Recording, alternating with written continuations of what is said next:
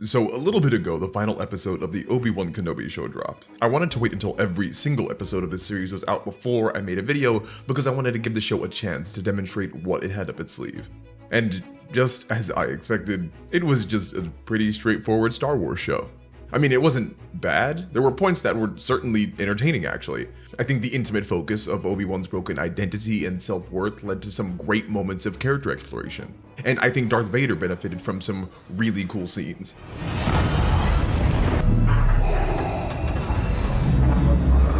But there were also some pretty bad sections of the show, varying from lazy to just plain dumb. I'm not going to get too far into the Three Stooges Princess Leia chase scenes or the literal trench coat escape, but I think every person watching understands why I rolled my eyes at seeing those happen. Still, honestly, I feel that the biggest disappointment came from the sub-antagonist, Reva.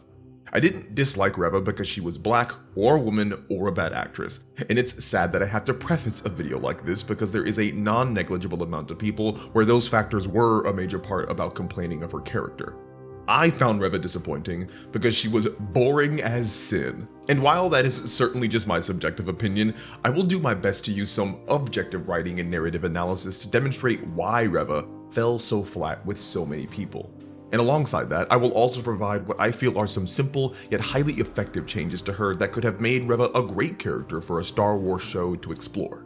Likewise, creating this breakdown might also help you writers out there avoid similar mistakes in your own work.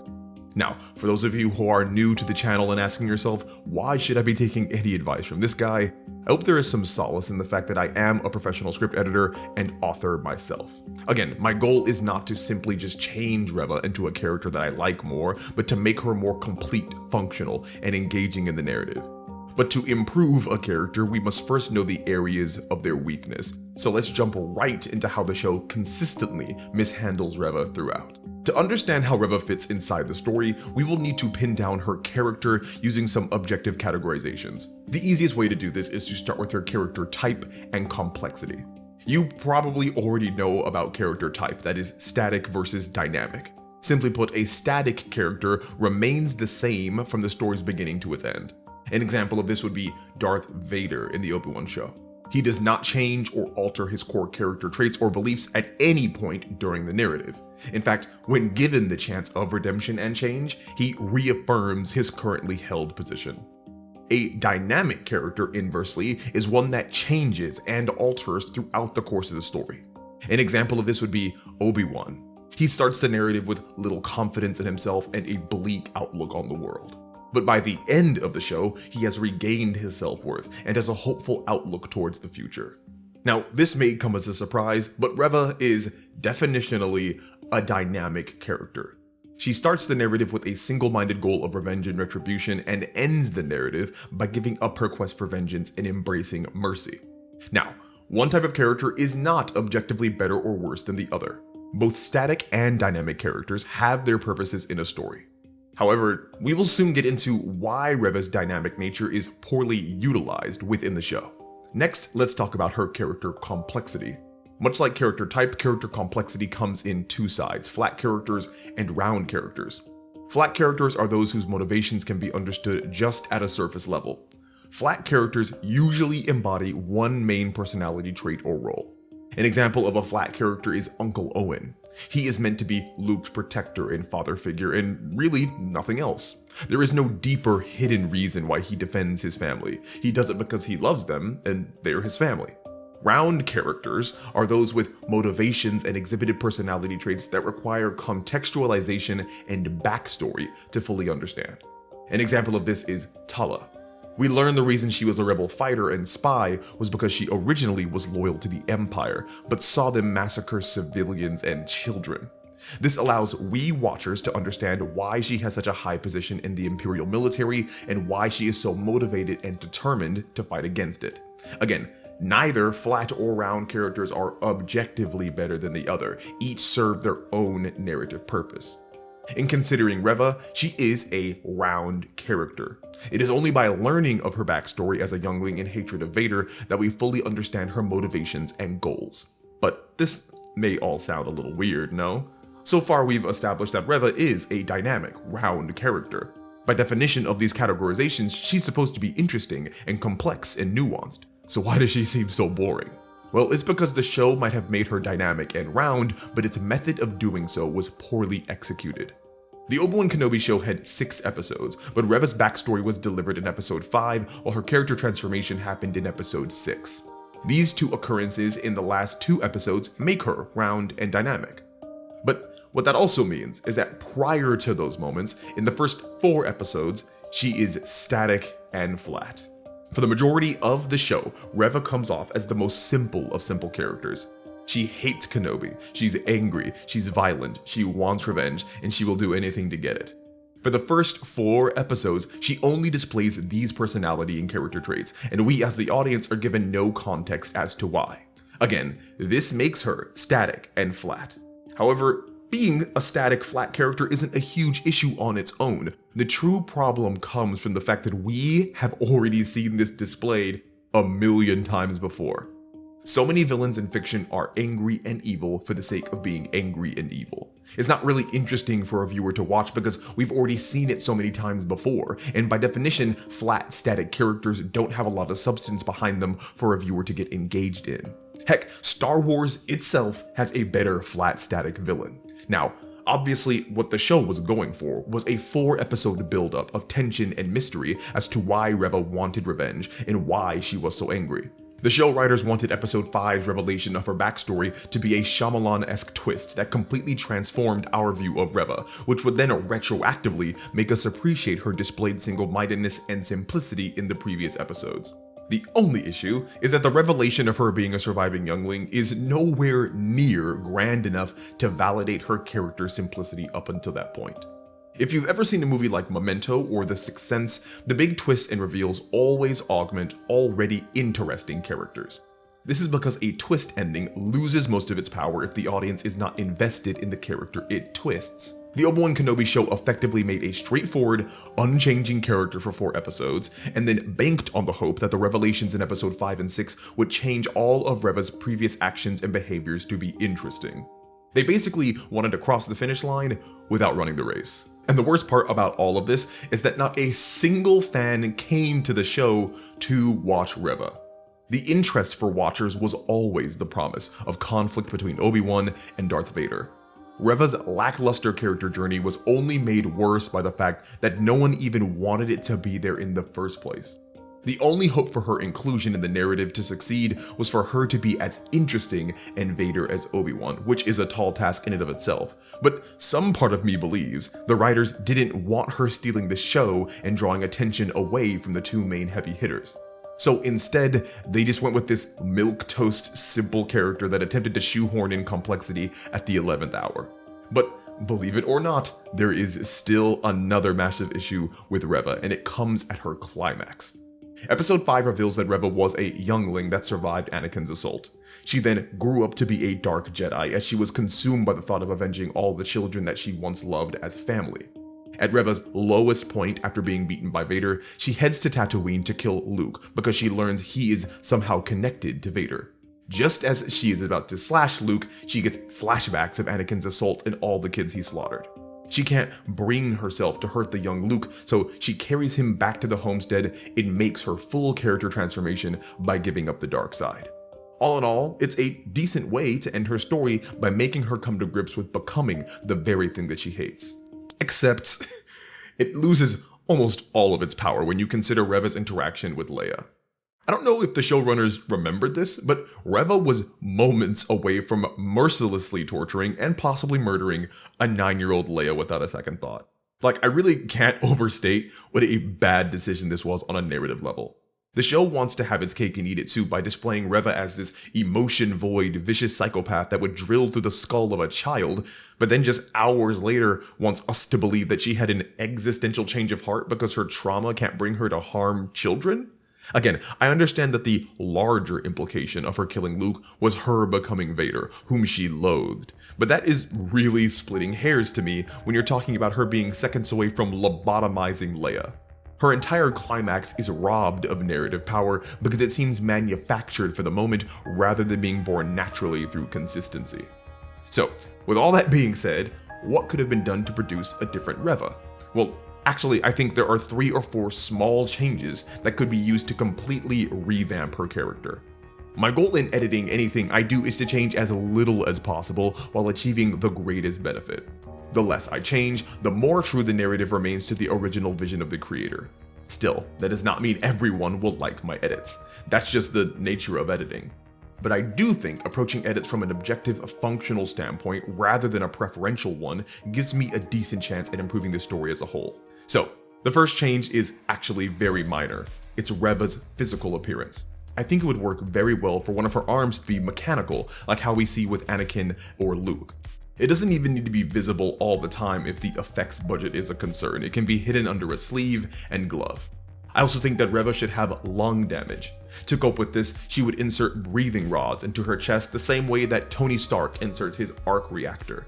If she ever runs out of breathing pods, she must then wear a mask with a breathing tube connected to an air tank on her waist. Now, I know this may sound weird, but it's actually still all in service to the narrative. Her wounds and bodily injuries would be introduced in the first episode and be foreshadowing to her backstory as a youngling. I think there is something really powerful about being a survivor, but something more powerful about being a survivor with really bad injuries. In this edit, Anakin would have lopped off her arm and stabbed her in the chest as a child, but she would have persevered and fought to live on. This makes her survival seem less happenstance and more based in her extreme drive to live and get revenge. There's also one more aspect of this physical change that will help the story, but we'll get to that later.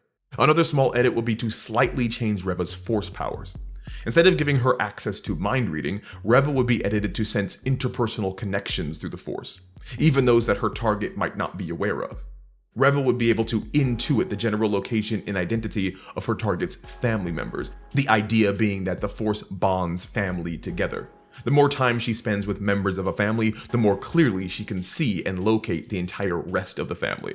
This ability in context of the universe would make her really adept at tracking down multiple force-sensitive children because they would be related by family, and also the families of defectors or rebels.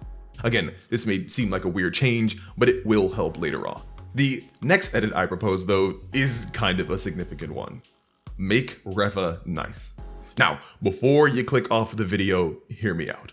Star Wars television and cinematic representations of the dark side have been pretty one note. Sith and Sith-adjacent individuals are all virtually the same: evil, ambitious, and quick to violence. I think the reason so many people were excited for Kylo was that he had the potential and opportunity to demonstrate another side of the Sith, but we will get to that in another video. Most people's conceptualization of the dark side is pure evil, but that's not actually what the dark side is.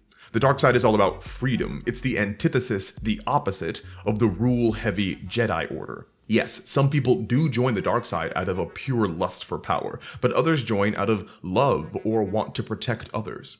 I think a great example of a nuanced dark side user is the decanonized Starkiller.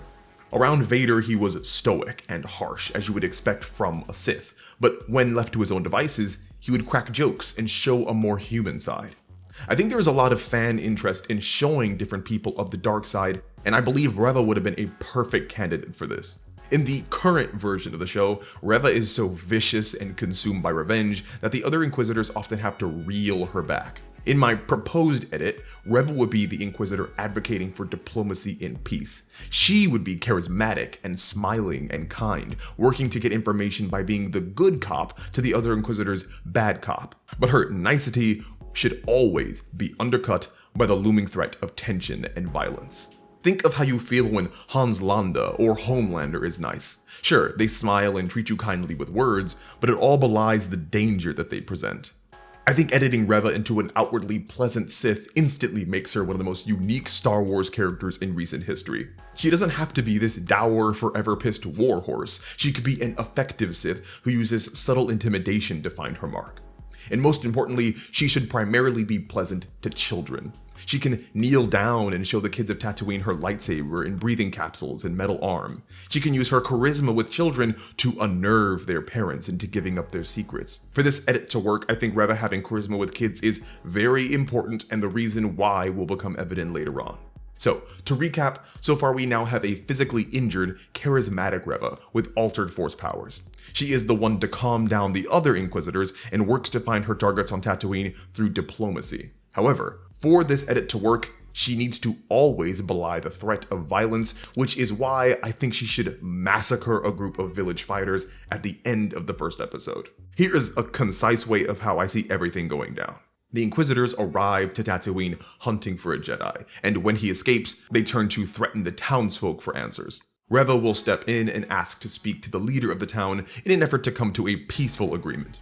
Across the episode, Reva will negotiate back and forth with this town leader, trying to convince him to give up the Jedi while also working to forestall the wrath of the other Inquisitors. All of this is meant to establish Reva as the peaceful Darksider on the side of the people. Then, at the end of the episode, the town leader meets with Reva at nightfall, accompanied by about a dozen other men from the town. The town leader will thank Reva for being so civil, but will demand for her and the other Imperials to leave Tatooine. All the townsmen surrounding the leader will then reveal that they have blasters and weapons. At noticing this, Reva will give a sigh and say that she's very disappointed. And when the town leader asks if she's disappointed that she failed her mission, Reva will respond that no, she's disappointed that so many children will grow up without their fathers. And then comes the massacre. Even outnumbered 12-1, Reva effortlessly annihilates the townsfolk with her saber skills. I think a scene like this towards the end of episode 1 accomplishes two things. First, it sets a baseline for Reva's terror and skill in combat. Now, whenever she appears on screen, we'll know exactly how much danger everyone else is in. Secondly, it establishes that no matter how nice Reva outwardly presents to be to a person, she is still a vicious murderer that will turn on you if pushed to it. Again, this works to cloak all of her upcoming interactions with characters in tension, because nice doesn't mean nice anymore. It means nice until she wants to kill you. Now, moving on, episode 2 remains largely the same. Leia gets captured, Obi-Wan comes for her, and Reva kills the Grand Inquisitor. Likewise, episode 3 remains much the same. Leia is captured again, and Obi-Wan faces Vader. Episode 4, though, is another opportunity for Reva's character to really shine. And that is because this is when she gets to interact with Leia and really showcase this new charisma with children, along with finding really smooth ways to deliver backstory and foreshadowing. Instead of the overtly menacing interrogation of the source material, Reva could be really pleasant to Leia in an attempt to get her to divulge information on the rebels. There's a ton of really cool opportunities for character growth and details here. Reva could take Leia from her dark holding cell and bring her to a more comfortable living space. She could bring her snacks and more small droids to play with. She could sense Leia's strength with the Force and then explain her own abilities to sense familial connections to the Force. This option in particular could be really interesting in trying to win over Leia. So far in the story, Leia had been interested in hearing facts about her parents from Obi-Wan. Leia could ask Reva if she could see and find her parents, which would then of course allow Reva to know that Leia is Vader's daughter and Luke's brother. But she would keep that bit of information a secret for a rainy day. Instead, Reva would just tell Leia that she can't sense anything and needs more time. While they're waiting, Reva could offer to give Leia a tour of the Imperial base, leading all the way to a training room where a dozen children are practicing stances with red lightsabers. Reva can tell Leia that these are her students, training to be the next generation of Inquisitors. When the children see Reva through the room window, they all smile and wave, and Reva smiles back at them, but she demands them to stay focused. Seeing this, Leia will be able to get that Reva actually does care about her students, but says that Obi-Wan is coming to rescue her soon anyway. This can then spur Reva on to reply that you can never trust a Jedi. It's only a matter of time before they betray you or abandon you. Ultimately, Reva can then tell Leia that the Jedi murdered her family and that she is the only survivor. In my humble estimation, scenes like this between Reva and Leia, where things are a bit more calm, allow for really organic opportunities for earlier character growth and backstory without giving away everything immediately. Finally, when Leia stands defiant against everything that Reva has said so far, Reva can tell her that it's fine if she doesn't want to talk. She will just find Leia's father and torture him until she talks, and if that doesn't work, her mother, and then her uncles and aunts and cousins. Then Reva can tell Leia that if she's willing to sacrifice her entire family just to stay quiet, she is far stronger with the dark side than her. Again, all of Reva's niceness is meant to ride alongside the terror that she should subtextually embody. Also, as a side note, I believe there should be a scene where Reva meets with Vader. They can quickly discuss her progress with getting information from Leia and luring in Obi-Wan, which will then lead Reva to saying that she has actually come up with a better plan. I feel like this is a cleaner way to lead into the whole let Obi-Wan escape with Leia plotline, because at least here, Vader would have okayed the scheme rather than Reva doing it all on her own. She would have come to Vader, told him about her tracker idea off screen, and he would have allowed her to go forward with it. The tracker in the droid would also transmit audio in this edit so the Empire could hear exactly where the rebels are headed instead of just relying on Leia's location, because honestly, there is a chance Leia wouldn't even go to a rebel stronghold. Moving on, episode 5 only has one proposed change, and that is at the beginning. In the source material, Reva arrives at the ship's command center to tell Vader that they are close to the rebel base. In my edited version, this exchange would be lengthened into a full conversation. After delivering the information, Vader would ask Reva to come close, as he has a question for her. Vader will state that he can feel the hate and anger flowing through Reva, and that it makes her strong with the dark side. He'll then ask Reva why she is so intent on hunting down Obi-Wan, and why she feels so strongly. Reva would respond that she believes Obi-Wan is responsible for the death of her family and must be made to pay. Of course, this is a bit of a red herring that the audience will find out later when Reva reveals that it was actually Anakin that killed her family, and Obi-Wan's responsible nature for it is merely because Anakin was Obi-Wan's Padawan. Vader will nod at her saying this and say that Obi-Wan destroyed his family too. When Reva asks how so, Vader will say that Obi-Wan and the Jedi took everything from him. They killed his pregnant wife. Reva's eyes will flare when hearing this because this little detail is very important later on, but we can discuss that at the proper time. Vader will go on to say that the Jedi turned his wife against him and poisoned her mind, leading to her death. Some part of me even wants the scene to end on like a lighter note of them both commenting on their damaged lungs, like Reva changing one of her breathing rods in the hole in her chest and saying something like, "A pleasant souvenir from the Jedi," and Vader responds with a heavy-breathed, "You're preaching to the choir," but that's more flavor than anything else. In any case, episode 5 would continue close to the source material. The rebels would be stuck in their base, they would try to evacuate, Tala would die, so on and so forth. But hopefully what becomes a lot more impactful because of the prior edits is the twist that Reva is a surviving Jedi youngling. That character backstory revelation would have made all the prior foreshadowing puzzle pieces fall into place. Up until this point, everything pleasant about Reva has been associated with children. In this edited version, when she kills the Tatooine townsfolk, her first thought is being disappointed that the kids won't have fathers. She treats Leia with kindness and never tortures her. She leads a group of her own younglings that seem to genuinely like her. Reva's life has not only revolved around getting revenge for all the children that were murdered by Anakin, but also treating children in general kindly because they remind her of her fallen friends. She doesn't hurt kids because she was once a hurt kid, and she wants justice for them. The idea in this edit is to make it such a big part of her character that the grand reveal seems worthwhile and significant. It's the decoder ring to all her previous actions. Continuing on, Reva would still confront Vader and lose, as he knew who she was all along. However, her finding the message from Bail Organa at the end, that would be scrapped because that's freaking ridiculously dumb. Instead, she would know Luke's location because of her edited force powers. Since she met with Leia and Vader, she would know that they are all related. Since she could not defeat Vader, she would do the next most harmful thing to him: kill Vader's son. Remember, in the additional scene at the beginning of episode 5, Vader remarked that his catalyst to turning to the dark side was the death of his pregnant wife. Much like in the source material, Reva would want to exact revenge on Vader by killing his family, and since she cannot get to Leia again, she goes for the much more vulnerable Luke. Episode 6 would play out for Reva similar to the source material, but now is when her edited physical appearance comes in. When she arrives to Tatooine and resolves to kill Luke, her clothes will be tattered from her fight with Vader, and she will have run out of breathing capsules. This would expose her mechanical arm and force her to wear her breathing mask, which would distort her voice and accentuate her labored breaths. You probably see what I'm getting at here, right? In her quest to kill Luke, she is becoming more like Vader, the very person she hates, and that then is reflected in her physical appearance by making her look and sound Vader-esque.